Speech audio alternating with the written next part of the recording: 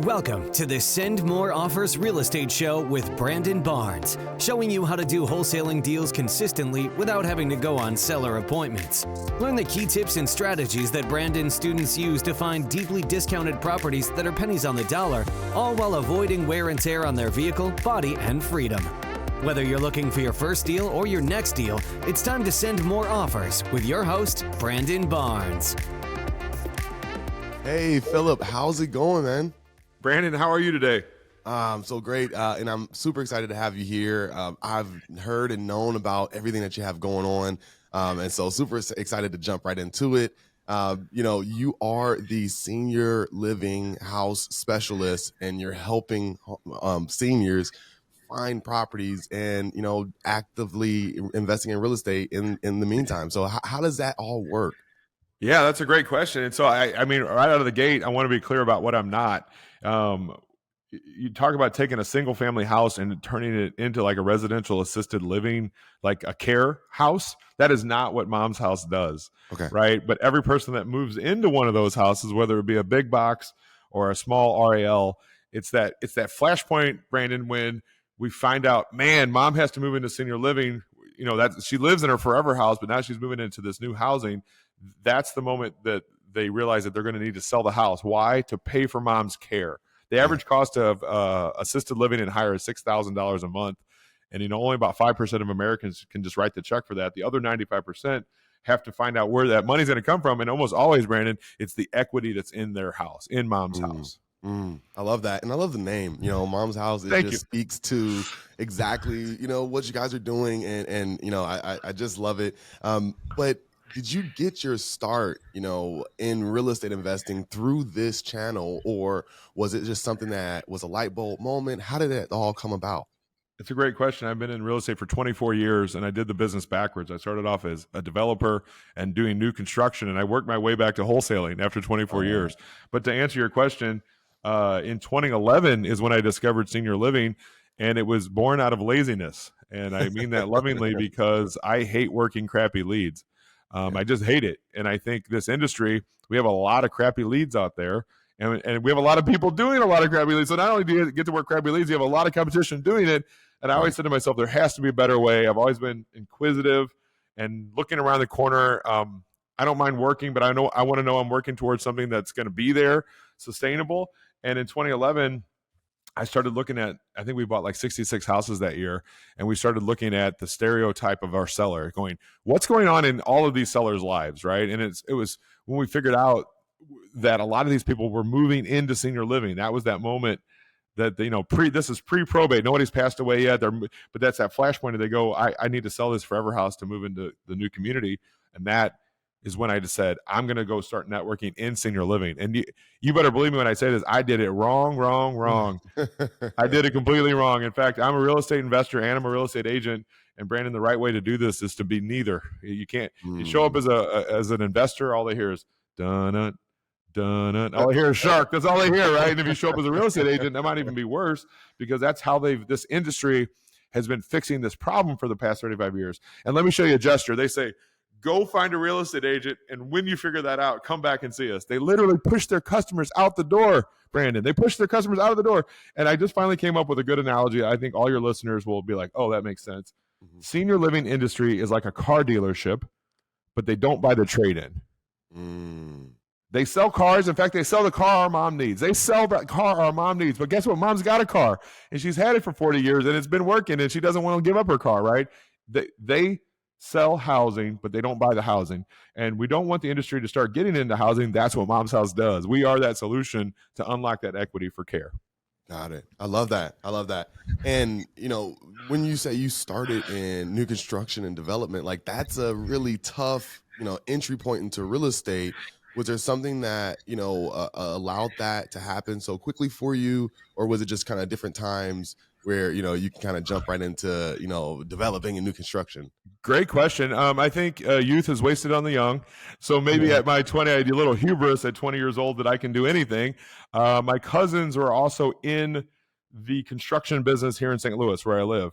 And one of my cousins said, he told me about a builder that ended up making $800,000 on one deal. And he said, wouldn't you hate that? And I go, hate what? He goes, having to pay taxes on making $800,000. I go, what? I said, that's Right. that's the problem I'm looking for. Right. And so I was like, I guess I look at things differently. Like, that's a good problem. I want to pay taxes on making 800 grand. And so I think I was surrounded by people that did it. So I always felt if they can do it, I can do it. Love it. Love it. And so once that transition, went to, wholesaling, like how did you get from kind of doing the large scale deals back to wholesaling? I was starting to get honest with myself what I liked to do. My favorite days are being belly to belly with the sellers. I'm an acquisitions guy by heart, and the timelines of new construction were always 18 months, before you got the property bought. I'm not going to go into all of it, but dealing with municipalities and contractors and all these things. With wholesaling, I get the lead. We call them families. I get the lead, the family. I go meet with them tomorrow, Wednesday, maybe, Friday, maybe at 2:30. I go meet with them. I surround them with solutions. I close 4 out of 10 of my deals, not because I'm some ninja negotiator. It's because, Brandon, I only work with people that want my service. Yeah. My close rate's 8 times the industry average because I'm only working with sellers that want my service. And so I was honest with myself about what I wanted to do in this life. And I'm a deal junkie, right? You make your money the day you buy it. I can, do 3-4 deals a month where I have a business now that comes directly to me. So I've built relationships in senior living where they look at Phillip as the tool that unlocks equity so they can move into senior living. So my, average week, I bought 2 houses last week, Brandon, that I didn't even go to. I was given the lockbox code. I sent my buyer to it and boom, boom, it's done. It takes a minute to build your business to that, but that's how my business is now. I get referring people from senior living, and then I usually wholesale it out, especially since I'm building mom's house. I don't have the time I used to maybe rehab that I used to have. For sure. And I like to say that, wholesaling is the cornerstone of all real estate investing, right? It's finding off-market properties, and it can be great in any, economy, any market cycle. And so, we're in a crazy market cycle now where, you really do have to find those solutions. And I think data is king, right? Really getting to folks that are truly, truly, truly motivated. And I don't think there's any other motivation more essential than when mom is downsizing, mom or dad, right? Because I'm sure you're dealing with, a number of different clients. And so, that process starting for you, once you had that aha moment and wanted to, tackle this, you mentioned that you did things wrong. Like, talk through that process. Like, how did you actually get this going? Well, I had to have tenacity to keep going back to the networking events in senior living. And some people were kind enough to me to pull me to the side and say, basically, they said, hey, dummy, don't say it this way. You need to say it this way because the way you're saying it is coming across bad. And so instead of giving up, I want to write a book that's called Fail 10 Times, Brandon. I think people don't fail enough. And I think this idea of this one idea I have is going to be my business for the rest of my life is not that way anymore. And I feel like I've failed so many times at other things, but I had the tenacity to get back up. I always say, get knocked down 8 times, but get up 9 times, right? As an entrepreneur, you have to keep going. And real estate's always been my backbone. But for me, it was always trying to find people that wanted to work with me. And I think that's I've spent millions of dollars on marketing, right? I know what it's like to compete with all the other investors in town doing the same direct mail, the same pay-per-click that I'm doing. And it's really hard to stand out. Then you just battle to the bottom. And when I found senior living, I just kept going back to it because I knew it was like peanut butter and chocolate if I could just figure it out. Right. I knew it was. I'm like, oh, they're good together. And it is. And what's even cooler than this, I want all your listeners to hear this. I've been doing this for like 12 years now. But right now is when the boomers are starting to hit the numbers. So we've got 15 to 20 years in front of us. And I don't know about you, man, but let's just work another 15 years and be done. Let's go.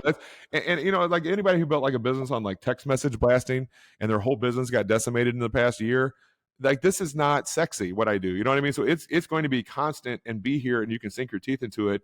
And the return you get is, I always lovingly say, I don't know the lifetime value of my relationships in senior living because I'm still doing deals with those people.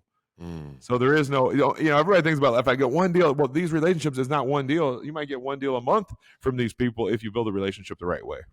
Yeah, I love it. And, when you really ask yourself, anybody that's out there that's actively investing right now, ask yourself, when you look back at closed deals, what was the demographics of those homeowners, right? The vast majority of them are going to be 50, 55 plus, most likely 65 plus even. Yep. And so this is an incredible niche. And, I've tried to tackle it in different ways myself. Probate was where I got my start. That's actually where I had most of my success in the beginning. But, getting into this space that you're in, seems, that it could be, very time consuming, right? To, really just building relationships. So what would you advise the person that says, hey, I want to try, to build relationships with senior living care specialists to be able to Yeah. work in real estate with them? Yeah, and I think with a lot of the training that I do is I save you the time of trying to figure out the job titles that are going to be important. When I started in 2011, I'd go to lunch with anybody that would say yes to me. So there's guys that sell wheelchair ramps, guys that sell incontinence products, all these things. Like, I didn't really need to go out to lunch with those guys, but it gave me my at bats so I could get my elevator speech down enough.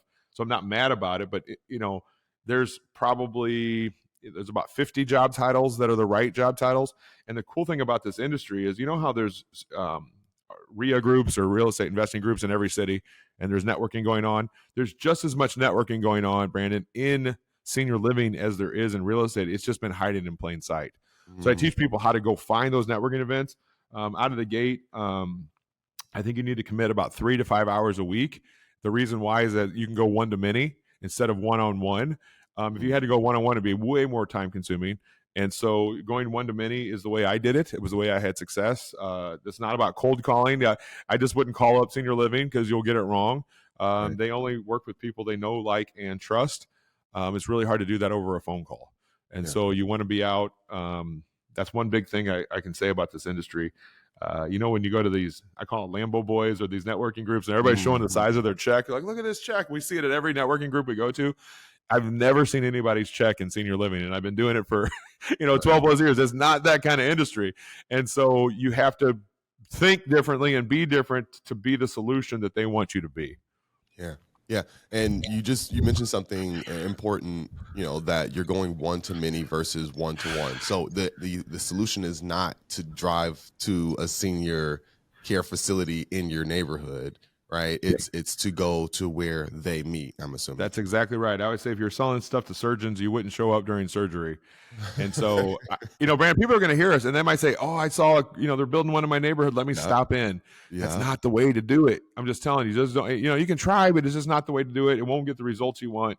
But if you do it the right way, they network. And then in the networking settings, the volunteering and networking, they're looking for solutions to help them with their day job. So when you do it the right way, a lot of my students are walking around saying, I went to this networking event and the person that ran it, she walked me around and made me shake hands with everyone there. Like they're very loving when you do it the right way. Got it. Love it. All right. So let's talk about the nuts and bolts of then the business after, say, you made the relationships, you've started to attract the leads. Is there anything different about the, sales process, or your due diligence, or close, right? That would be, different from just, a cold call lead that you got. Great question. I love that question. You said the word probate earlier. Probate are my second favorite leads. And I can simply tell you that reason why. If you and I are brothers and we find out today mom has passed away and it's a probate case, right? When we go to sell that house, we're going to fight for every dollar because you and I are going to inherit that money, right? Right. But with pre-probate, with moving mom into senior living, you take that same analogy 28 months before, where mom's not passed away, but we're moving her into senior living. It almost, I'm going to say it's for the only time I've ever seen where the price almost doesn't matter. I mean, of course it has some factor, but we just want to know as brothers that this person that's going to buy it is going to do what they say they will, because we need that money to pay for mom's care. And so whether we buy the house, or we say the person buys the house for 88 grand or 92 grand or 96 grand, me and you aren't getting that money. It's going to sit in the account and it's going to get whittled away until mom passes away or goes on to Medicaid. And so it's the only time I've ever seen in 24 years where it's all about the trust. It's not necessarily about the price. They just want to know that part of their life is over, that they've unlocked that equity. Now they have the money for mom's care. Love it. So is there anything else with, any documentation? I'm assuming you may deal with some attorney in fact or power of attorney scenarios. Sure. All the But time. Yeah, okay. all the time. Yeah, Is there definitely. anything else where you're setting up and helping them set up an account, so that the money transfers there? Is there anything else about that close, right, or Yeah. the transaction of the deal that's different from a regular lead? I love the question, and the answer is this. I always say to people, stay in your lane. And so I'm not an attorney, but Okay. you better believe I refer to attorneys all the time because I call those favor coupons because they refer back to me. And so to be clear, I don't buy the house from the senior very often, even though I'm buying the senior's house. I'm usually dealing with the adult children. I call her daughter Judy. Daughter Judy's 60 years old and mom is 82 years old, right? And so I'm dealing with daughter Judy, who a lot of times is the POA. So I augment what she's doing with her attorney, with what she's doing. I help with the clean out, it's so much more than just the house. But I always stay in my lane. I always say, I don't want you to get into the stuff business, but you need to be good at it. I don't want you to give advice like an attorney, but you need to have those people on your roster that you can send them to because they are dealing with those issues. And let me just get like a detailed one is something called Medicaid spin down. And we could spend 3 days just talking about this one topic. But what you don't want to do is ever hurt a senior by buying it the wrong way. And so working with their attorney, always there's a right way to do those things. And so there is nuance to this. Got it. But I'll say this too, guys. You shouldn't be scared about it. You just have to learn about it, right? It's nothing to be scared about. A good example is like when a house is sold and they're like, why did it sell for this amount? What usually accompanies the contract is my rehab estimate. And then usually the judge is like, oh, okay, that's why the house sold for 60 and not, it's, retail's 100. Why did it sell? Well, here's the reason why. And then they close the file and we all move on. Love it. And I want to get to, what the team behind the scenes looks like, et cetera. But that's actually an important piece of this is, for these deals, I'm assuming you're closing each of them, direct to seller. You're either using private funds to purchase it. You're not necessarily assigning in most of these situations. I do actually, only because I've been doing this so long that I have buyers that I trust. And so to be clear, if one of my buyers would back out of a deal that I had assigned or something, I would still close with it with my own money, right? And so that's one big thing about what I do is you can't burn bridges when it comes to seniors, right? That referring network. And so I do assign a lot, but I only sell to people that I trust. Got it. And guys that are listening, assigning right is just, assigning your original contract to an end buyer, right? Where, and other times we'll actually just purchase the home outright and then immediately resell. So you do have, that flexibility, especially if you have strong partners or your own funds lined up to make sure that the deal is done. It's super, super important to build credibility in your local market. And I'll take a step further.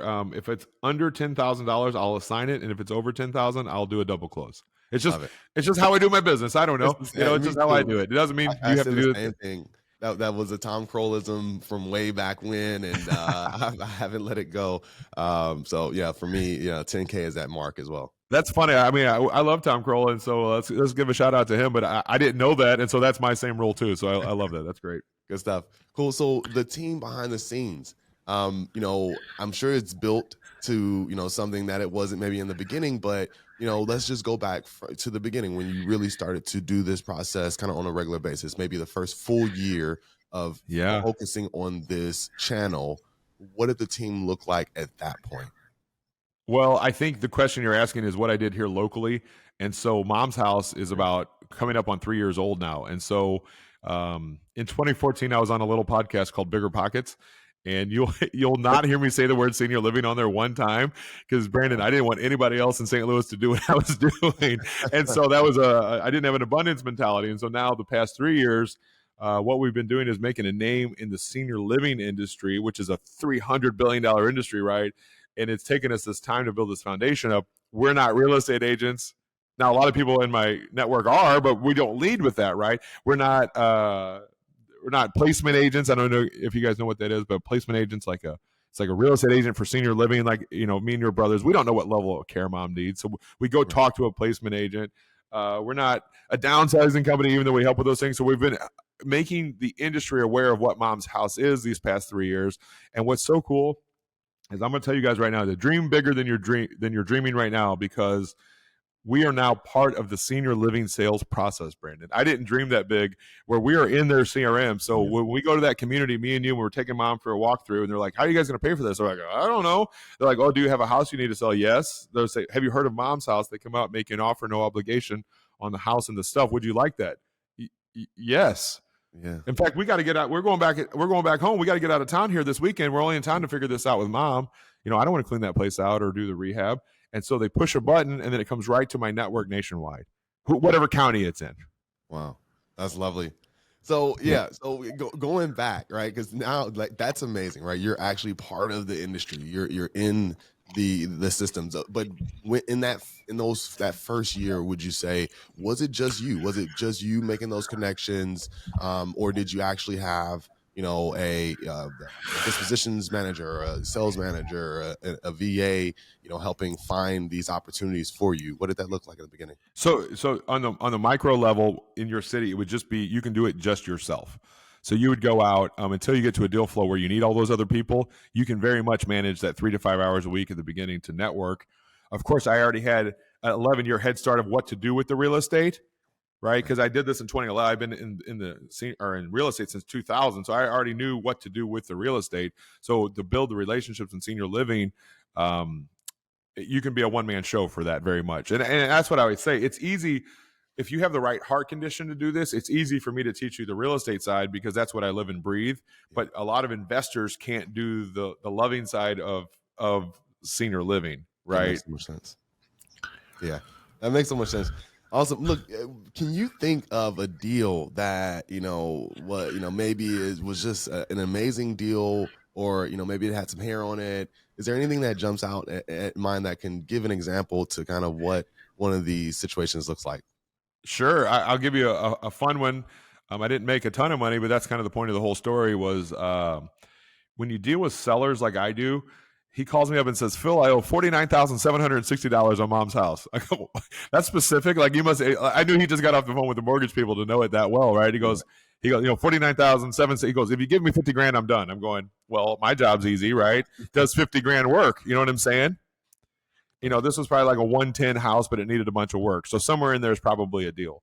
So I go out to the house. He goes, oh, and by the way, he goes, can you pay me $57,500 because I can prepay in my for mom to stay on the Medicaid plan. I can prepay her funeral arrangements because he had gone through this with another relative where he didn't do that, and then he had to come out of pocket for the funeral arrangements. He knew mom had 6 months, maybe a year left.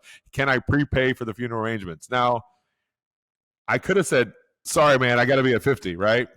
Because by the way, I had this house sold for 65 to this was the summer, so there was the hedge funds were going crazy, right? So I had it sold for 65. So, all right, 15 is a good day, right, on any deal.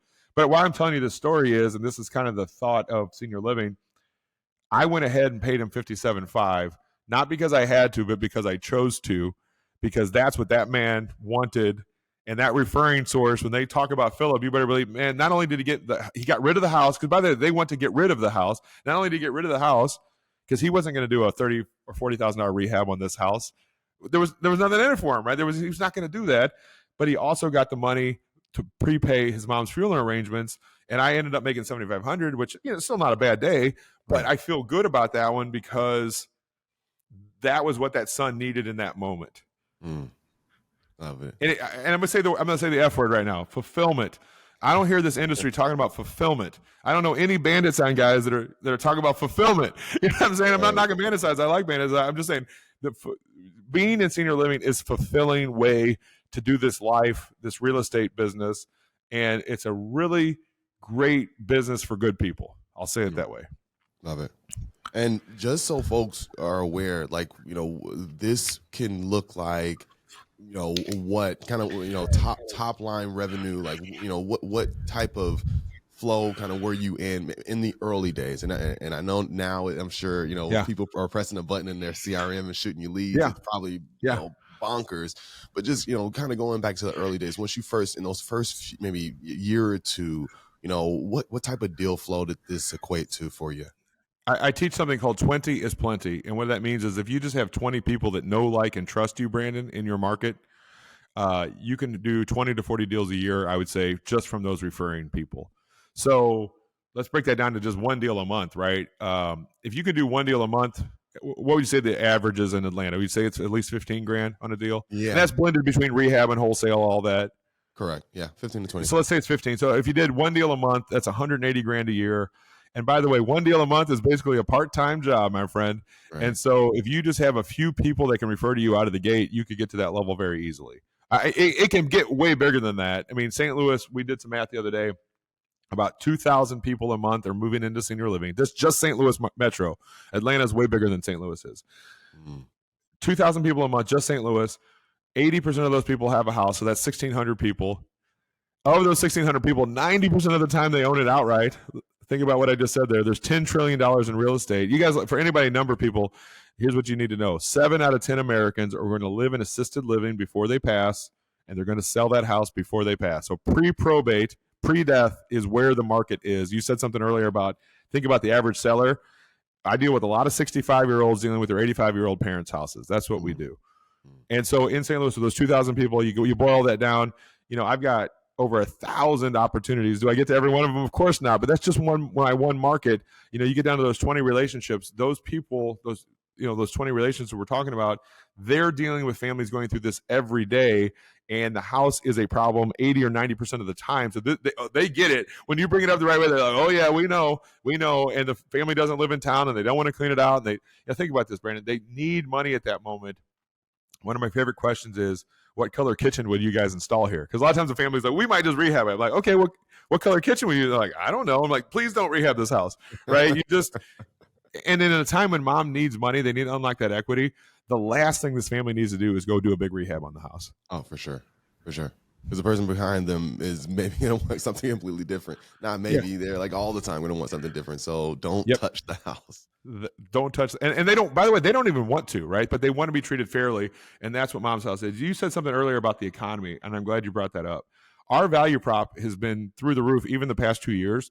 But in the past 100 days, when the market took I always call it shift, everything's moving, right? I've been around so long. I remember 2008, 9, and 10 when people would beg me to buy their house, when there was no retail market to speak of. And anybody that's a real estate agent, have you guys been seeing this new word pop up called price reductions? We haven't seen that word in 2 years, but every day I look at price reductions. And why? Because the drunk pricing is over. The dated houses, Brandon, are the ones that are sitting. And in 08, 9, and 10, the dated houses were the ones that were sitting then too. If your house is decked to the nines and it's 2023 style, you're going to sell it. But the mom's houses, the dated houses, those were the ones that sat. And so that's the point. What's their outlet if the retail market slows down or stops like it did in the 08, 9, and 10? Our value prop, what we do at Mom's House, goes through the roof. Yeah, for sure. And so nothing's slowing down for you guys right now. No, even the pandemic didn't slow us down, right? I mean, I always say you can't put the toothpaste back in the tube, right? Seniors moving in because the level of care they need has nothing to do with who the president is, has nothing to do with the economy. It has nothing, it's about just the human experience. Love it. Look, I can talk to you about this all day. Yeah. But, I know you got a bunch of stuff to do, and I wanted to make sure we had time for the lightning round. So are you ready? Let's do it. Lightning round. I'm ready. Cool. So look, I have a series of questions. You don't know the question. I don't know your answer. So just say the first thing that comes to your mind. Oh, here we go. I'll try not to get myself in trouble. What's one book that's been instrumental to your growth as a real estate investor? I like this book called The Big Rich, RICH. It's about how the oil industry has influenced our whole entire country. And you talk about entrepreneurs. These guys were straight entrepreneurs. They would dig holes in the ground and they would fail 90% of the time. But those guys that did hit, they hit an oil well. You know what I mean? And so it's just a great book. It's a very good entrepreneurial book. And it's different than what most people talk about when they do these interviews, right? They always say the Rich Dad. We've all read Rich Dad. So what else? I like The Big Rich. Well, brother, I think you struck oil with this one. So what if you could have drinks or coffee with any one person, dead or alive, who would it be and why? Oh, gosh. Right now, I'm a big Alex Hormozi fan. Oh, yeah. You have to give me some background on that. And Layla, Alex wrote a book called $100 Million Offers. It seems to be just prevalent in, my wife is a fitness trainer. I'm in real estate, but it applies to both. Alex Hormozi wrote $100 Million Offers. Him and his wife, Layla, They're beasts. And I think one of my 22, by the way, I'm going to make that happen. I'm going to say it on your podcast first. I'm actually going to do this. I'm going to have my wife and his wife. We're going to have dinner this year. He doesn't know it yet, but let's make that happen. Let's do it. I love it. Good stuff. If you could talk about one failure on a deal or in business in general, what would it be? Man, I failed a lot. I think the market makes you look smart, right? I built my first $1 million spec back in 2008. I called it the Lamborghini house, Brandon, because I lost $200,000 on that house. And it wasn't because I didn't build a beautiful home. I did. The market shifted. And I think right now with this shift that we're living in, if you're sitting on 13 rehabs, my friend, get those bad boys done and get them on the market and cut your loss, because those were the guys that lost their businesses in 08, 9, and 10 were the ones that were rehab heavy. They couldn't stick and move, and it was a big ship that they had to move. And so Bezos just put out an article today, batten the hatches, be scared economy. I'm like, crap, if he's saying that, that's not good, And so nobody knows what tomorrow brings. I think what we do is pretty insulated. And would you rather buy at the top of the market or at the bottom? If you're a smart investor, a dip is good for us all. Right. But most people don't feel, the retail market is different. For sure. What advice would you give for somebody looking to do their very first real estate deal? To make omelets, you have to break eggs. So I pour into action takers. My core values here at Mom's House, the number one is to focus on solutions, not the problem. All business is fixing problems. That's what business is there's a problem and you fix it. This world wallows in the issues, the problems, and we don't talk about the solutions nearly enough. Love it. So take action. Love it. Hey, with the goal of failing. Remember we said earlier, I want you to fail more often. People should fail more often than they are. They're so scared to fail that they don't take the chance, and nothing good will ever be handed to you. You have to go out and fight. Good stuff. What's the financial goal for Mom's House for this calendar year? So the rest of 2022, or from 12 months rolling from now on? For 2022, talking back in January, what was you guys' financial goal for this year? Yeah. We're in education, obviously, and we're also in lead procurement, lead aggregation. And so those leads that come through my system, our goal is to be the standard in senior living, and that standard in senior living creates a business for us that can put us at, you guys know what the term unicorn status is? We're going to get to $1 billion valuation with this business, because I think we can be the biggest home buyer in the nation. There you go. Love it. If you woke up tomorrow and had $500 million deposited into your account overnight, what's the first thing that you would go out and purchase with that newfound money? Man. It could be. Well, if I had $500 million, I would just play pickleball all day, right? And I already do play pickleball. You know what I mean? I would just play pickleball. That's all I would do. Yeah. No, that's the good stuff. $500 million. I might fractionally own a jet. I've been on planes a lot. I'm a big guy, so I hate being on planes. I'd probably get my fractional. I don't need to own one. Right. So yeah, no, I think in life, what I've found is the material things, if you're waiting for that Rolls Royce to be happy, you're going to be sad even when you get the Rolls Royce, right? And so it's the fulfilling side of what I do is I get to help. Our goal is to help, tens of thousands of families every single month. That is a really fulfilling way to do this. And so I'd probably continue on the journey. Even with $500 million, it would just advance what we're doing here at Mom's House even faster. Big facts. For the person that's listening right now that's struggling, can't get things going, or can't string together 2 deals in a row, what would you say to that person? Yeah, that's great. So consistency is key with anything in life. If you try 10 different marketing strategies, by the way, me and you are smart enough, we could do any type of marketing strategy and make it work. And so could you, anybody listening, but you got to stay the course. And most people don't have the tenacity to keep getting kicked in the stomach. Meaning, I met a lady the other day. She's been spending $2,500 a month on direct mail, and she just hit month 6, and she's still spending it. I'm proud of her because she's still spending it, but she's got it. She said, I got to be better at follow-up. And I'm like, yeah. So, even somebody that spends $2,500 a month and didn't get a deal out of it, you got to keep it on and continue to weather the storm until the machine works. Right. People give up too quickly. Love it. Good stuff. Well, look, that's the last one I have for you. You successfully made it through the lightning round. I appreciate you so very much. And then this was chock full of gems, but I definitely want people to be able to reach out and follow you where you are. So what do you have? What are you offering? Where do you have people following kind of what you're doing and what your journey is? Yeah, it's pretty simple. Just go to momshouse.com/3day. That's all they got to do. Love it. The number 3-day. Love it. Momshouse.com. If you just go to Mom's House, we can find you too, but momshouse.com/3day kind of talks about our journey.